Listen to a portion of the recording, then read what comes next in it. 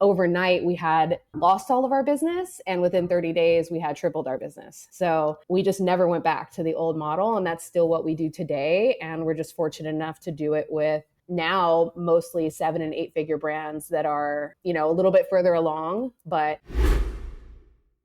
Welcome to the My Wife Quit Her Job podcast. Today, I'm excited to have Daniela Boltzmann on the show. Now, Daniela was introduced to me by a good friend, Ritu Java, and Daniela is the founder of mindfulgoods.co, where she helps Amazon sellers with Amazon listing optimization and branding. And her female-led agency has had their work featured in many case studies by Amazon, and they provide a done-for-you service that makes your products stand out and sell. She's also spoken at many events, including Amazon Accelerate. And as we all know, Amazon is getting more and more competitive every year. So today, I invited Daniela to come on the show to talk about how to make your Amazon listing stand out in a sea of competition. And with that, welcome to the show. Oh, thank you for having me. My favorite topic. I'm excited to be here. I thought we were going to talk about tennis, actually, but second favorite topic. Actually, I've been getting into paddle now. Do you play paddle? No, what is that? It's padel. Some people say padel. It's kind of like what is it that they play in the States? Pickleball, but it's it's pickleball. Glass. It's like pickleball, but with glass walls behind you. So it's like it's really, really fun. It started in Mexico, spread to Europe. It's more popular than pickleball in Europe. And it's a lot of fun. And I love tennis. I play tennis like 3 times a week, but I'm really into paddle as well. Okay. I can't get into pickleball as much because it's not as much of a workout for me, which is why I like tennis the best. That makes sense. Yeah.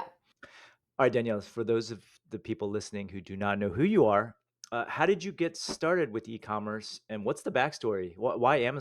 Oh, it's a great story. So I'll try not to bore everyone, but my background is in marketing and tech. I had a tech business before this, and I exited that business and realized that I was a burnt out founder. And I had 10 years of marketing experience under my belt at that point, but I was more of a Jill of all trades. I could pick up things really quick. I could do a little bit of coding. I could do a lot of everything. And I really wanted to specialize in one area, and e-commerce had always been very interesting to me. So when I had kind of dabbled, I was trying to decide between focusing on D2C or focusing on Amazon. Around that time, Amazon had acquired Whole Foods, and I was fortunate enough to have a family business that was in CPG. And so I had asked my aunt if I could learn Amazon, with some of their products, and she gave me the go ahead. As soon as I did that, I realized what a big learning curve it was. And I made it my goal to start helping other founders to do that. And at the beginning, I just said, you know what? I'm a marketer. I will learn this stuff, but I'm going to learn it alongside you. So I did that. And after the first couple of years, I realized that I was pulling my hair out, and there were so many pieces of this that I was never going to be an expert at everything.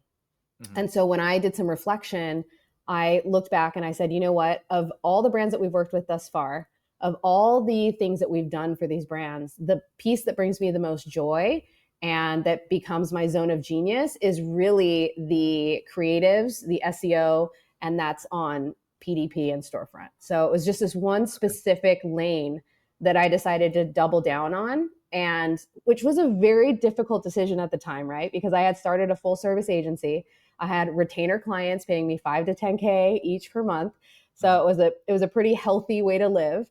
And I was basically saying, I want to forego that safety to just focus on projects and, project-based work to help more brands, right? A little bit more volume. And I didn't pull the trigger right away. It was like right before COVID, I was deciding if I was going to do this. And there was a lot of brands coming to us that really wanted to work with us, but they couldn't afford retainers. So I said, why don't we just work on your creatives and help you get your listing up so you can generate some cash flow. And then you guys can start your ads and see how things go. And then you can level up over time, And so we did that with a few brands. COVID hits. Our clients that are on retainers need to get out of their retainers, understandably, to help manage their cash.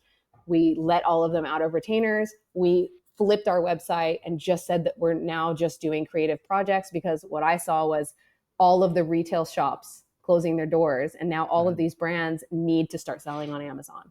And so overnight we had lost all of our business. And within 30 days, we had tripled our business. So we just never went back to the old model. And that's still what we do today. And we're just fortunate enough to do it with now mostly 7 and 8 figure brands that are, a little bit further along, but you'd be equally surprised at the plateaus that they hit and how their content can go stale. So even the biggest brands in the world have this problem. So you're completely project based now. So that implies there's not that recurring revenue, or do they just keep coming back for more? Is that We how it do works? have brands that repeat. We Okay. do now have larger clients that do enter into retainers, but our retainers are by invite only. So if we have a good experience with a brand and they have a catalog big enough to support us working together for, at least 6 to 12 months, we'll have that discussion and we'll work with them if it's the right fit. Okay. Love it. Yeah. Yeah. So for everyone listening out there, I know a large percentage of them are on Amazon. And so what I want to start with is by just kind of addressing some of the common mistakes that you see. Uh, I know Mm-hmm. that you've worked with large brands, and I know you've worked with smaller brands as well. So what are some of like the mistakes that you see almost everyone making, whether they're big or small? Pretty much across the board, the number one thing that I see is a copy paste approach, because a lot of times you invest some money initially to get some creatives for your Instagram that you then use on your Shopify that you then try to repurpose for your Amazon. Uh-huh. Whereas when someone goes to your Shopify site, you pretty much have their undivided attention for a certain set of time, right? There's not a whole bunch of advertising distracting them. And so you would think you could take the same creative and bring it over to Amazon. It should suffice, but it doesn't. We need to be thinking through how we can get their attention and keep their attention all the way down the page with all of these different distractions that are going on Amazon in terms of your competitors advertising on your page. And so it's just a different lens, a different strategy that you need to think through. But that's probably the most common mistake that I see. And it is still happening with the largest brands. And I'll tell you the problem that is happening on the large side of brands. And I mean, like, we're working with some of the biggest ones in the world right now, and they have full e-com teams, right? Full budgets, full production, full in-house teams that can do this stuff. But there's a little bit of a learning curve associated with it. There's very few team members in-house that are completely dedicated to Amazon. Amazon is still considered the ugly stepchild. There's not a huge dedicated budget thrown at a launch strategy for Amazon, a growth strategy for Amazon. Usually all the focus and a majority of the budget is going to the D2C side. And so what we are focused when we're working with brands like that is trying to make those team members the internal champions, right? We want to show them wins as quickly as possible. We want to show their teams what can happen if we just put a little bit more attention in the right direction on Amazon, a little bit more attention with intention, So that's kind of our whole goal, is working alongside those teams to make their process easier, make it so that they can do these launches easier, make sure they're using the content in the right way, and kind of streamline that process for them going forward. Walk me through an example of a creative that you use on Shopify that would not work on Amazon. So when you're looking at a Shopify page, you're typically looking at, like, let's say like a flat lay. You might have, let's use, I was just on Bay's luggage website, right? Okay. They have these like stunning imagery that is like of all the product shots, right? So the product would be like on the suitcase with the trolley handle on it. You would show the suitcase open, the suitcase closed, close-up shots of the pieces. Now, you would still use that on Amazon. The problem is that if you were to use that in your product images and you were just to use those images, oftentimes, one, they're not using all the images, first of all. The second thing is they're just uploading those images as is with no text layovers, nothing interesting about it. And so while the customer might click through it, you're not telling them anything. You're just showing them something, right? And so their eye is going to look at it for a minute and just go to the next shiny object. And oftentimes we need to be showing and telling at the same time so that we can effectively increase conversion. So that's kind of the basic thing that you have to be Not doing on this, yeah, Amazon. extra images, not the main image, right? Because you're not allowed to use text in general, right? On the Yeah. other product images in the product image stack. The main Okay. image itself, you wouldn't really play around with it that much probably on your D2C website. You'd probably have just like a really pretty hero shot, product Mhm. on white, or maybe not. Maybe it would be a background. But on Amazon, when people search for your product and see that product show up in the search results, you're competing against immediately like 20 images in the upper part of your screen, right? And Yeah. a bunch of them are going to be advertisements, but then there's a bunch of organics that are going to show up, and your product needs to stand out. And so there's so many little things you can do here or there to tweak how that image is showing up in the search results and try to get more clicks by playing around with that. And that's basically one of the lowest hanging fruits that most brands can take advantage of. So using that suitcase example, since it's kind of fresh in your mind, what would you have changed about that image? So it sounds like you saw a flat lay of the suitcase, which is pretty standard for a Shopify store. How would you have Yeah. changed that for Amazon? Like the hero So image. Let's start with the hero yeah, image. so a hero image, there's a couple different approaches that I would take to it, right? So one, what I'm looking for is what's going on inside the category. So I'll go look at all the competitive set, and then what is going on in other categories that are more competitive. If I were redoing the main images for Base, for example, what I would be looking at is what is going on inside of their category, but also what is going on outside their category and maybe other competitive categories. What are people doing that we can get some ideas from? We go through an ideation jam session, but we don't want to limit ourselves to creating just one or two options, right? So what we have done is we've taken some of our top performing main images that we've done across lots of different categories, and we've trained an AI to basically create a bunch of different main images based on the one product image we're dropping in from a brand. So it might come up with someone holding the handle and like maybe pushing the suitcase into the frame. So you'd imagine kind of like a hand coming in Yeah. into the frame, right? And so something as subtle as that can totally catch the eye when nobody else is doing it. Another thing that we might do is we might play around and figure out like how are we showing that it has multiple colors? How are we showing that it has multiple sizes? Are we playing with the angle of the suitcase? Does Mhm. an angle make a difference in terms of what people are looking at first? So if all the suitcases are straight on, what happens if we put ours at an angle? Right. If all of the suitcases are straight on, what happens if we show someone leaning it and pulling it out of the frame? Or it's just thinking through all of those little elements. So that's angle, orientation, Are you just trying to be hands, different? no hands. Because one thing that I noticed on Amazon is almost every image looks the same after a while. Because I'm pretty sure it's just people copying stuff, right? Yeah. Hey, just a quick heads up. Tickets for my annual e-commerce conference, the Seller Summit, are now on sale over at sellersummit.com. If you run an e-commerce business selling physical products, this event was built for you. Unlike typical events filled with broad advice and feel-good stories, the Seller Summit is all about real strategies you can actually use. Every speaker I invite is deep in the trenches, running their own store and dealing with the same challenges you face every single day. Now, we keep the event intentionally small, just 200 people, so it stays intimate, and you actually get time to connect, ask questions, and have meaningful conversations. I've sold out every single year for the past 9 years. And if your store is already doing over $250K or $1 million in revenue, we also run a private mastermind with other top sellers in the space. You can learn more and grab your ticket over at sellersummit.com. Now back to the show. Um, Part of it is yes, being different. The other part of it is how we can get um, Rufus and the algorithm to pick up on what it is that we're doing. So are we putting in some high intent keywords in really tricky ways, right? So sometimes you'll see like a hang tag on something that obviously is not a real hang tag, but it's a digitally enhanced hang tag that might have your high intent keywords on that hang tag. So for really? Okay, instance, wait, walk me through that. Yeah. yeah. So for instance, if I'm trying to buy a Bays bag, Okay. I know exactly what size I need that I'm looking for. When you buy a suitcase, you know what size you're looking for. You don't want to see all of the large suitcases when you're just looking for a carry-on. That's probably one of the more frustrating things, right?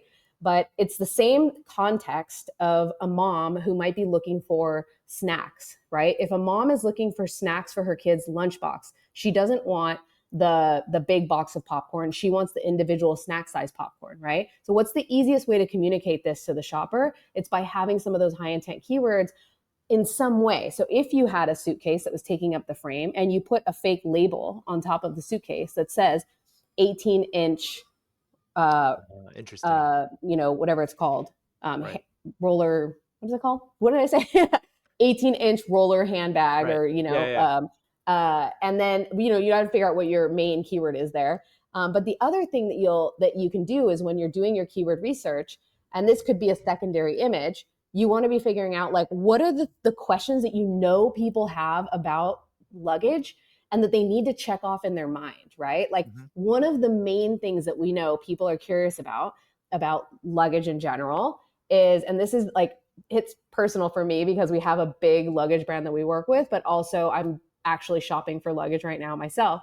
And one Okay. of the things that I noticed in my behavior is that I just have to know if this one will specifically fit in the Spirit airline little like size chart, Right. Yeah. size Yeah. thingy, right? Because everyone hates when you're traveling. If you've been to Europe and you've used any of those budget airlines and you get pulled out of line because your carry-on doesn't fit in their little thing, this happened when I went to Iceland too. It's like, it's got to fit in the little thing, right? And so you have to check those dimensions with the wheels, with the handle, with Right. everything. And so what brands can do proactively is they know that is a question, they can either put that chart on there and be like, this is your airline, these are the dimensions, this check fits, and this Mm, XXX doesn't fit, right? yeah. And so it's thinking through all of those little details to make sure that all of those questions are answered in the shopper's mind. So going back to the example um, of the main image,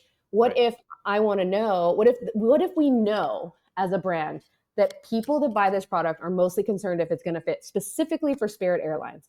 Right. I might decide to put a badge on top of the luggage image, not on the white part, but on top of the luggage image that says Spirit Airline approved. And that way, as I'm seeing these images pop up in the search results, I, as a shopper, I'm like, oh, that one is Spirit Airline approved. Boom, I'm going to click on that one first. Right. So it's like, give them what they want really easily. And so for a mom, the mom example, buying her snacks, I know I need the popcorn. I want the snack size. This is the 25-piece snack size. Great. If it says it right there, 25-piece snack size for kids' lunch boxes, I'm like, I'm going to click on that one because I don't want to click through these other examples if I don't know that they're actually snack size, or if I don't know that it's the 25 pack, Yeah. you know? So I guess you can get away with this on the bag. Like you can create like a fake label, right? Like it Mhm. comes that way, right? And then insert all that information. And you're saying AI is crawling all that also, right? It's crawling the Absolutely. image now Absolutely. and it'll show. Yeah. Okay, I love that. Okay. And then and in terms of just filling out all the image slots, I know I think I heard you on another interview about storytelling with the imagery and Mhm. all those slots. Walk me through that with the bag example. Yeah. So, a bag example, we want to think through what are the top questions that people are going to be Okay. asking about the luggage, right? So, one Yep. would be like the airline example. Another one might be the colorways that it has. Another one might be all of the features that the bag has. So, like if it has pockets, if it has the expandable piece, if it has any inserts, if it has like any bonus items that come with it. There's a set of questions for every product that you should know your consumers are asking, right? Mhm. And if you can do a great job of making sure that you know the priority of those questions, like how many people care about this one thing versus another thing, and you can prioritize your image stack to answer those questions sequentially, you're setting yourself up for success. And so you would want to do that in your product image stack and in your A plus content. Mhm. And through the rest of it, you want to add different details like badges, badges for media are a great one if you want to build trust. Showing photos of the founder, if it's like, some kind of a locally founded brand, telling the story behind the brand, if that's something that's really important. Like there's always some sort of personalized details that you can infuse into this, or some sort of narrative that you can convey to have people identify with the product in some kind of way. So you want to be thinking through that angle as well, not just info. It's a Right. bit of info and a bit of personalization as you go. So, how do you feel about video on the listing? You mentioned founder story. Do you recommend that everyone have some sort of video on their listing as well? 100%. Okay. Listings with video have 20% increase in sales, Okay. according to Amazon. Um, Video used to be challenging. I think that the way to go with video right now still is UGC. I think it's Okay. it's it's easy. You get a bang for your buck. You get potentially those creators posting on their platforms as well. You could tie it into a TikTok strategy, but that content is so easy to repurpose, and you can repurpose it in so many different ways on your listings and in your advertising. So you can think through taking all of these little micro clips from multiple different UGC videos, piecing it all together in various different ways, not just in one way. Like one might be an unboxing video, one might be a comparison video, one might be here's how I pack my suitcase video, one might be here's all the things I brought to Europe in this bag video. Like all of these different things, and showing that multiple different people love this product, and here's all the reasons why in these videos, right? What So is your that's strategy for powerful. getting UGC at scale, or maybe not at scale, but what's the strategy for getting UGC in the simplest way possible? We use various different sites for um, like there's a bunch of platforms that are out there that have UGC creators that are already on there, and you can Mhm. pay $200 for a video, or 300 or 500 depending on what specifically you want. You send them the product, and they'll do the video, and then you get the video back. Yeah. Okay. Just for the listeners, are there any particular ones that you use for your agency? We do. Okay. I'm like struggling to remember the name of it. So let me think Okay. of No, it. no worries. Yeah. Yeah. And as you're looking for that, maybe I'll just link those up. Maybe you can email them to me after. Let's just talk about just some SEO fundamentals, because I know with AI and Rufus and everything, things have changed a little bit. How would you set up your listing doing keyword research and everything now today? So our tried and true stack that we're using is Voke AI Okay. paired with So Data describe Dive. Evoke AI for the audience. It looks at reviews. Yeah, so Yeah. Voke AI does a number of different things. It's like many of these tools. Many of them do many different things. But Hmm. what we primarily use this one for is we'll put in an ASIN, and it'll take all the reviews and all of the data on the listings, and then it will distill it down into visual interpretations for us. So what that helps us do is kind of look at things like numerically to figure out like we were saying, what are the most important factors of this listing, Hmm. what are the most important factors going on with the competitors as well, and where are the gaps within that, right? So Okay. an example of this is we were working with a baby brand, and we noticed that this baby brand, their products actually um, help all the parents were saying this product helped the baby sleep. All the competitor products didn't say this. And Mm. so this is one thing that it's a gap, because yes, we know this as a brand, and obviously that's why we built it, but the fact that the parents are saying this and that it's not being said on the other listings is huge, right? So we can play that up. We could even show like maybe some sort of like clock that shows like how many hours the baby's sleeping. It's like, think about the pain that parents have when their baby's not sleeping and they're just like they just want to sleep. Right. Like that, if they're looking for a product like this, it can be amazing. The other thing is that there was a gifting component to this, but the ways that it was mentioned in gifting was not in line with how everybody else was mentioning in gifting in that category. So just you'll notice different things as you start to just kind of sift through it and take in the data, and you can Mhm. say, okay, what happens if we play that up a little bit more and lean into that a little bit more? So that's one reason why I like looking at Voke AI. You won't always find insights for everything, but it's a great place to start. Then Sure. on the data dive side, Mhm. what we're doing there, one of my favorite pieces, is they have this thing called Battle of the Titles. And that is something that I consistently say, if you're looking to optimize your listing and you're looking to get some quick wins, that's the number one place you should start, is with your titles, because we've seen the largest gains with the shortest or lowest effort, right? So Right. it's a Uh-huh. very low lift activity. Imagine typing some keywords and putting that into your title and seeing sales overnight. That's essentially what can happen with some of these tests. So I always recommend starting there. But the reason why I like Battle of the Titles is because it forces you to look at your competitive set and try to increase your reach factor of your keywords in your title more so than theirs, right? And so you can basically change a keyword here, change a keyword there, and then you'll see your score go up or down, and you can compare that score to the competitors that you've put into the data dive system. And Mhm. so doing that is just a really easy way. And the reason why I love this so much is because we had built our own internal calculator, and we had been doing this for brands manually in a spreadsheet, and we'd be giving this to them with a video showing them like, here's how you play with the calculator, and now like when data dive had been already doing this inside of their software, I was like, yes, finally, so we completely migrated to data dive, primarily for that, but Mhm. then within that they have a really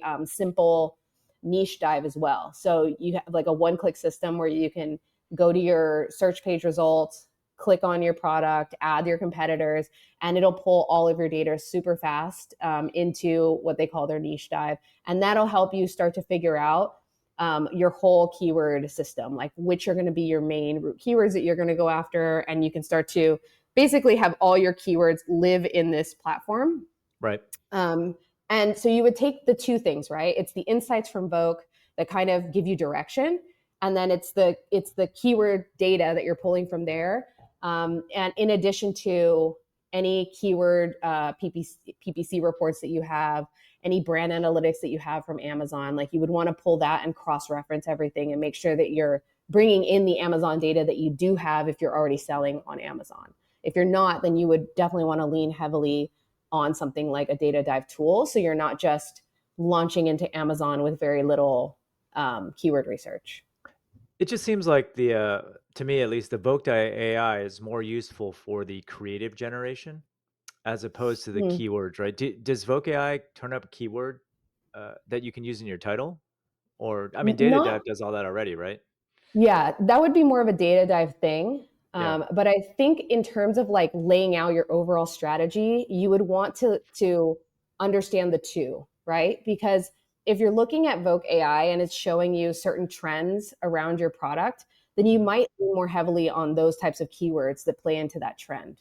Oh, And if I you see. pair that again with your PPC keywords and say, like, you could be that your PPC team is only going after the gifting words in the beginning, right? Right. So if they're going after the gifting words, we want to show more of the, not just gifting images, but more of the gifting images, perhaps. We would want to lean more heavily on what types of gifting actually matter in the category. And so it's really like looking at everything together and coming up with like a holistic strategy as opposed to just saying like, these are all my keywords, let's go after everything at once, because it's probably going to be less effective. So I see. So you're using the review generation, the reviews from Vogue AI to prioritize the keywords that you put in the front of your titles, thus overriding perhaps some of Data Dive's suggestions.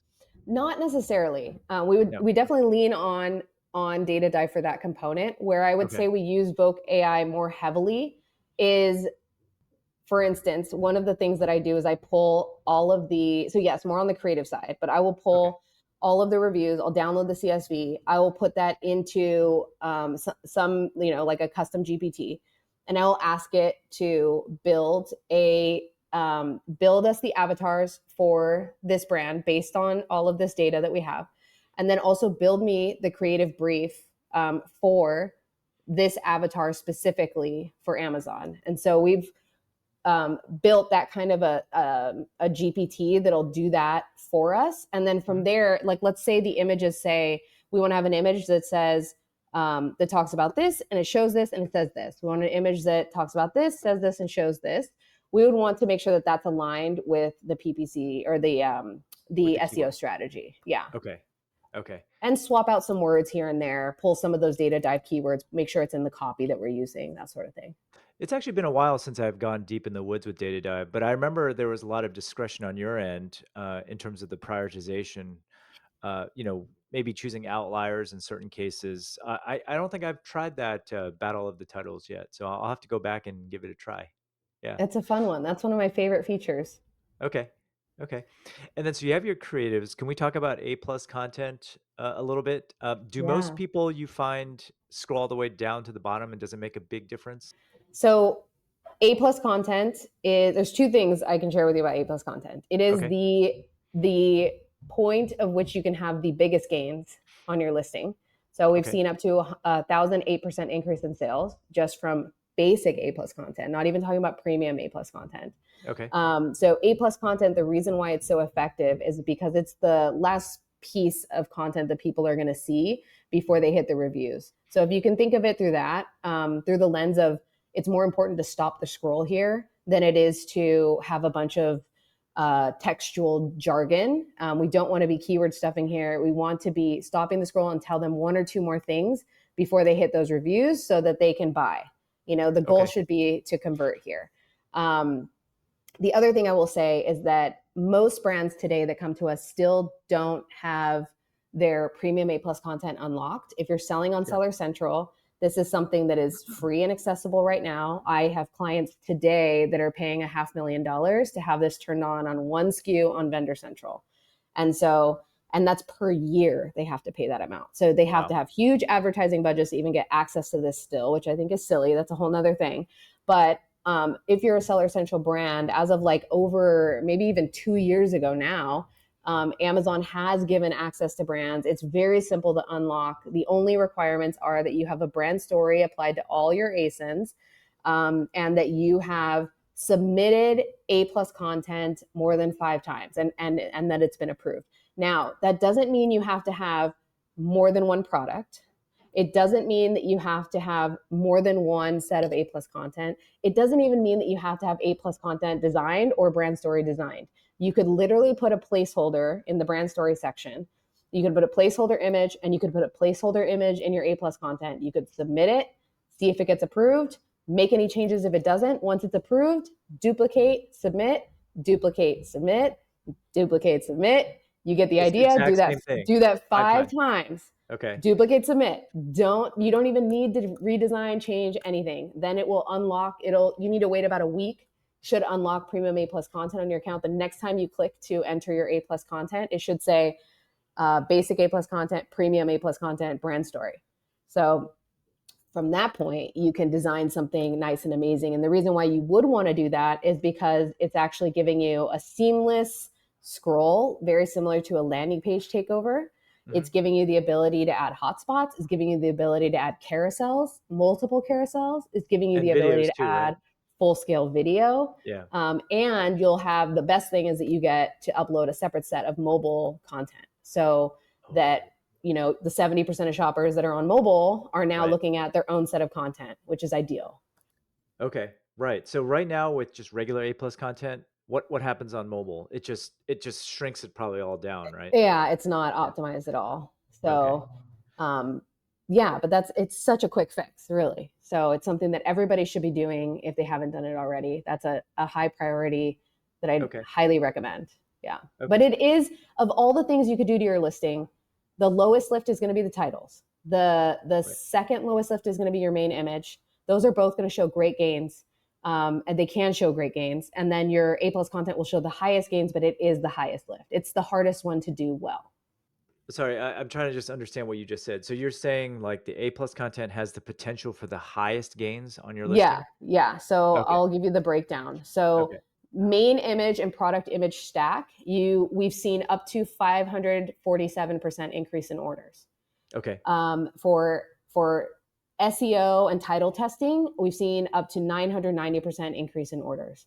For A plus content, we've seen up to 1,080% in orders Interesting. increase. Okay. So they can each independently increase. The Right. best is when you do it all together. Altogether, the highest we've seen together is a 2,500% increase in orders. Okay. I would have thought that the title and your image stack would be the highest priority. Like do because I always thought that people don't even make it down to the A plus, but I get it. If they're looking for the reviews, they have to scroll past it, which implies that like the images used in the A plus content have to like grab you. Yeah, I think there's also probably a I, I don't know. My brain always goes to this dwell factor Hmm. of like how, like I know, we know Amazon's tracking this very similar to how social media companies will track like how much time people are watching your videos, how much time people are liking your posts and that sort of thing. I would imagine that brands that are performing best are getting higher dwell factor. So Hmm. like by having interesting color palettes going on in the product images and all kinds of flashy images going on in those product images that are showing and telling, people stay on those images longer, swipe back and forth and check them all out, right? But if it's not interesting, they're probably not going to finish swiping. They're going to click the button to just go straight down the reviews. But if it is interesting, you might actually increase the factor of people scrolling to look at the A plus because they know it's there, and just to get a few more questions answered, because they might still have a couple of questions that they didn't get answered. They might be looking for, like, where is the answer to this, right? And so they're either going to look for it in the A plus or they're going to start asking Rufus for it. And Rufus now displays the image that's associated with that answer. So if you know that people are asking Rufus about particular things, then you would want your imagery to answer that very clearly so that Rufus does serve it up in those scenarios. So you're saying that this dwell time could be a ranking factor? I don't know if it's a Or ranking factor. okay. I think it's probably associated with conversion. Like Okay. if people are digesting your content a little bit longer, they're likely more interested in your product and they're likely adding to cart and buying. But if Right. they're, it's like if you think of a high bounce rate, if they're not if they're not interacting or engaging with your content and they're just leaving and bouncing, Right. then your conversion rate's going down, right? So the whole Yeah. goal is like, how can we increase that engagement factor? Like, how can we keep their attention, which is already really hard to do on Amazon, but how can we do it, right? So like carousels of we pulled like our best performing premium A plus content to see like what did they have in common? Like, is there something that we did there that we can lean into and say, okay, these are best practices we should do, and we Mhm. kind of itemize like what are all the things that we may or may not have done with any set of A plus content. And the only thing that every all of them had in common was that we use carousels for every single one, and there is some sort of a bias on carousels that some people don't like carousels because they feel like, why would I want to take my people down a rabbit hole? I just want them to put it in the cart and buy, Yeah. right? But there's a difference between primary content and secondary content. And a lot of times, your primary content, which is the first thing that people are going to see, we want that to answer the most direct questions that people have if they're just looking to like get it in the cart, like Yep. answer the Yep. question, get it in the cart. But there's a whole nother set of buyers that probably they like to spend time researching. They're looking for the best one. They want to know the secondary information. And so by having that information in the carousel, yes, tucked away, but it gives them some more to digest and convinces them that this is the right product for them, right? So Yeah. that could be the differentiating factor there is like showing them why this is right for them, or showing them that it's easy to assemble in this amount of steps, or showing them like what are all the things that you would want to break down in a carousel that would help people better identify and understand your product. I can see this being very effective for a product that's a little more nuanced or complicated. Like the bag example, I could see A plus content being really worth it, right? Or any electronics or anything that requires more research, right? Or anything that has larger catalogs and multiple use cases. So like if you Right. have like there's many brands that are coming out right now that have like 15 different products and they all have a use case.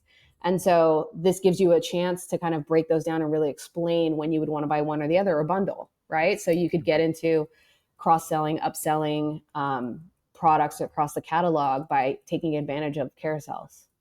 What do you think about bullet points? Like, usually when I buy on Amazon these days, I just kind of look at the images and maybe like a brief Same.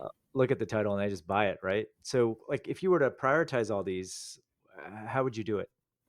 Prioritize what?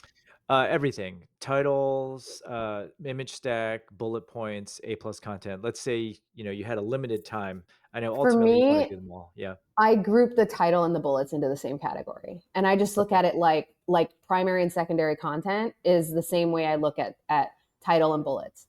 So title is your primary, bullets is your secondary. Like you still have to lay out like the main 5 to 10 things in your bullets, and it Mhm. has to be super easy to digest in just the first few words. So it Right. has to be skimmable, that sort of thing. But your primary heavy hitters are going to be in your title. And with A plus content, it's the same thing. It's primary and secondary content. Your primary content that answers the questions are going to be the first banners that people see top to bottom. Anything that requires a swipe is going to be secondary content. And I just had this question that just came in my mind. Why are these brands paying $500,000 for premium A plus content when they could just use your 5 submission method? Oh, that's on Vendor Oh, Central. Vendor Central. Oh, people are still Vendor on Vendor Central, Central? they are, Okay. they are, and Vendor Central brands don't get access to it even today. Oh, sorry. Can you just explain to me what the advantages of being on Vendor Central today?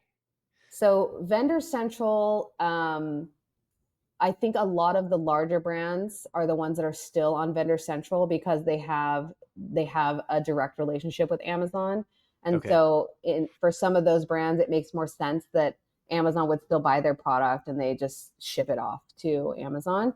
Okay. So it just depends. And even some of those are even doing like a hybrid approach at this point. So Yeah. um, I would say it's not the majority of the clients that we have. It's probably like 10 to 20% of our clients are vendor.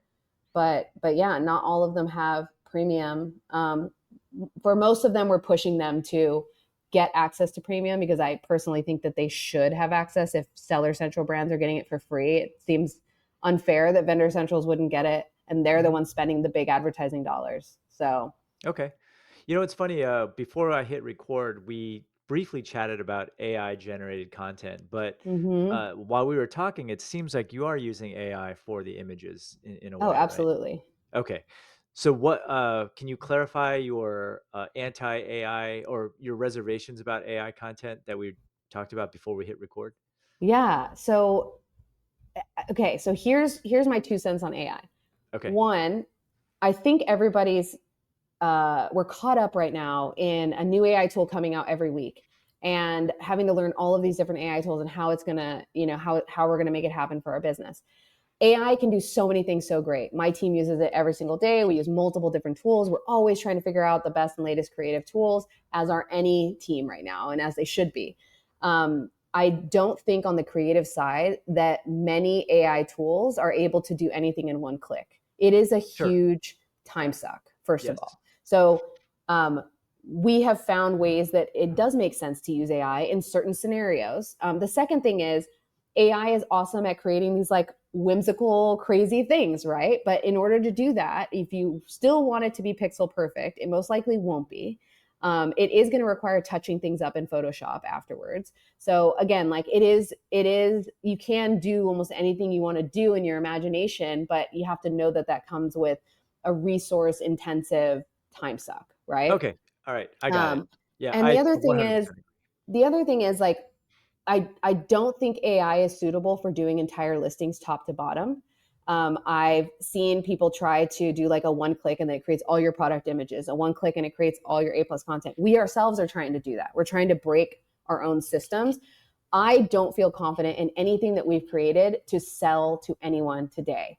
And I would and that's something like just ethical. Like I think that we take a lot of pride in the quality that we put out there. And so if I'm going to put something out there, I want it to be something that's better than you're going to get on Fiverr at least, or better, like I want something that's like meaningful in that sense. And I don't think a lot of AI tools, especially the one click things that people are trying to pitch right now are really there and that they're taking in the data that's required to create more of a strategic approach to doing listings well. So I think that that's a caveat. That being said, we have created listings that are full AI and nothing else. And we've done it for just 2 brands at the moment where it made sense to do it for them.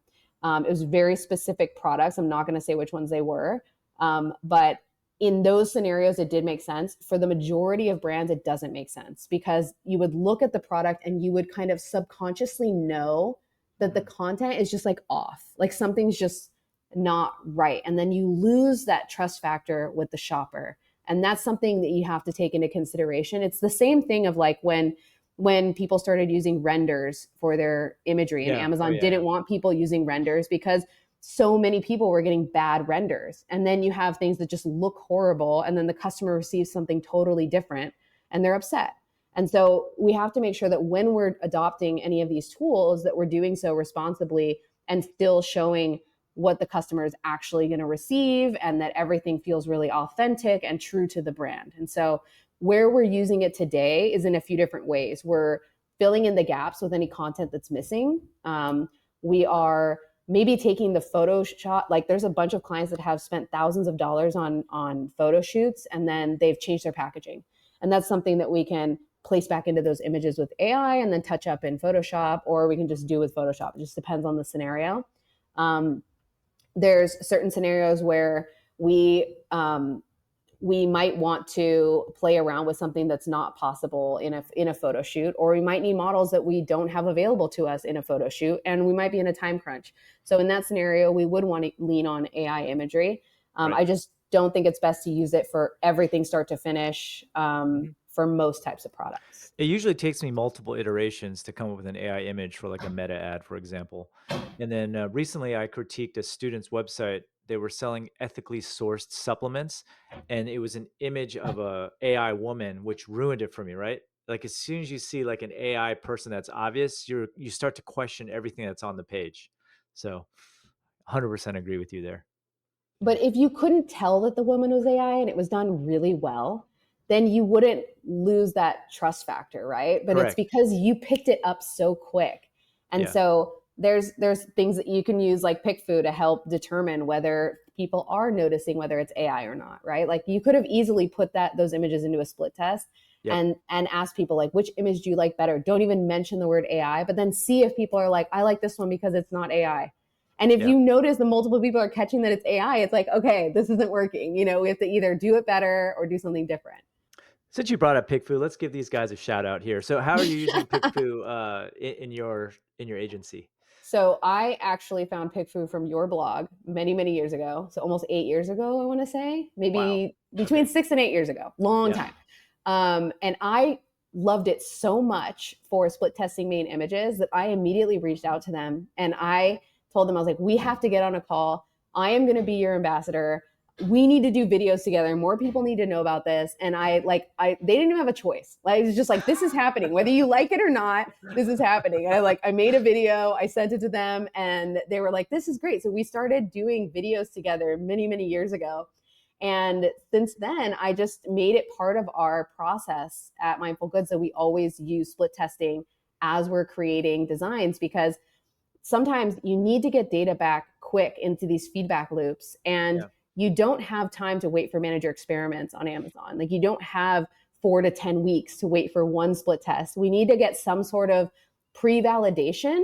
And what that does is it helps us understand maybe which main image might perform best on Amazon, or which order our image stack should be, or any little tidbits that we might have missed on our A+ content that we didn't think to incorporate back into our design. So there's so many little insights that you can gain by running these split tests. So we just make that a part of our design process so that we are doing that for our clients. I mean, I personally found that real humans.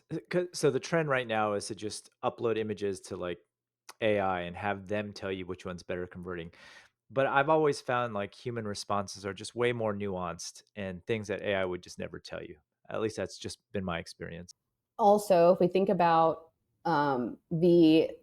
I do think things are going to go that way for sure, and that's going to allow us to do even like more rapid testing without thinking about the financial cost as much. So I'm really into that as well on the AI audience side. But I agree with you. There's certain insights that you get from the human element that you might not get from an AI poll. And there's certain specific ones that like instantly come to mind when I think about it, like where it's usually the questions that people have that are in their head that they then say in the comments, right? Yeah. Like that might not come up in an AI analysis, but like one of the ones that I always remember is this one that we did with Yes Bar, and I think they're actually their founders are based in your area as well, but we were testing main images for them, and a bunch of people kept mentioning in the comments like asking like, is this product vegan? And we realized like, oh wow, we did not highlight the fact that it's vegan. It is vegan, but it's like very small, like light type on the box. So we basically digitally enhanced the word vegan onto their packaging so that it was like big and bold and one of the first things that you saw. And I mean, there's a couple other things that we obviously did to the design. We included some close-ups of the stacked snack bars, and Yeah. we enhanced the colors a little bit, and like, our little wizardry tricks. And the click-through rate on their listing went up by 11.8% within 2 Wow. weeks. And Crazy. that's like the power of playing around with this creative stuff. That's something that AI probably would not have pointed out, right? I mean, how would AI know that people are looking for vegan stuff? Yeah, in relation to this product, Correct. right? Correct. Yeah. So Daniela, where can people hire you or get help from you? And what types of brands do you serve? Like, do you have certain limitations or requirements, I should say, not limitations? Right. We're typically working with 7 and 8 figure brands that Okay. are a little bit more established at this point. We still do work with a handful of early stage brands every year, but it has to be the right fit. Like, we're really passionate about working with brands that believe their product should be in the world for some reason or another, so that Hmm. we have great stories to tell as we're working with those brands. So if you think of like some of the most amazing direct to consumer websites that are out there right now, we are helping those brands bring that to life on Amazon. Okay. Because I know you have a pricing package page, right? Where you can just Hmm. buy a package. Is that open to everyone, or once you click on that package, you get further screened You before get working? further screened. Wow. we so So I will exclusive, Daniela. I Okay. I Yeah. will say we do turn away like 80% of the business that comes our way is not a fit. Okay. So I know it's a bummer. I wish we could serve everybody, but we're Yeah. really great at serving this specific type of clientele, Yep. these specific type of brands that really believe in their content, right? Like Mhm. that invest in content, that want their product to look the best that it can possibly look on every single channel. Yep. That's who our dream customers are, because they get it. They completely understand the value of content, and so we prefer to work with those founders. Anyone that's like not sure why somebody would pay 3 times the cost for a listing, for us, it just like, it's not even a question. Like, it's Right. like the clients that we work with, they completely get it, and we're not questioned. So you can find us at mindfulgoods.co, and you can find amazing examples and case studies, and we share everything. We have a whole metrics tab on our website that has our, usually we're updating a few times throughout the year, of all of our split testing data. We publish it all. I haven't seen any other agency doing that yet. So we're really passionate about helping founders manage their split tests, run their split tests, using that data iteratively, improving throughout the year. And then we like to share those results in aggregate, and in the form of amazing case studies from smaller and larger brands on our website. And then if you're looking for our latest and greatest creatives that we're putting out or test results, we share almost everything on LinkedIn. So Nice. you can find me there. So search for Daniela Boltzmann on LinkedIn Mm-hmm. or Mindful Good. Okay. Daniela Great. Boltzmann. Yeah. Okay. Well, Daniela, thank you so much for coming on the show. It's just a small world. I'm actually going to play tennis with the founder of Pick Fu, and like right after this interview. They're great. I'm Yeah. jealous. I'm jealous. All right. Thank you for coming on. Thanks for having me.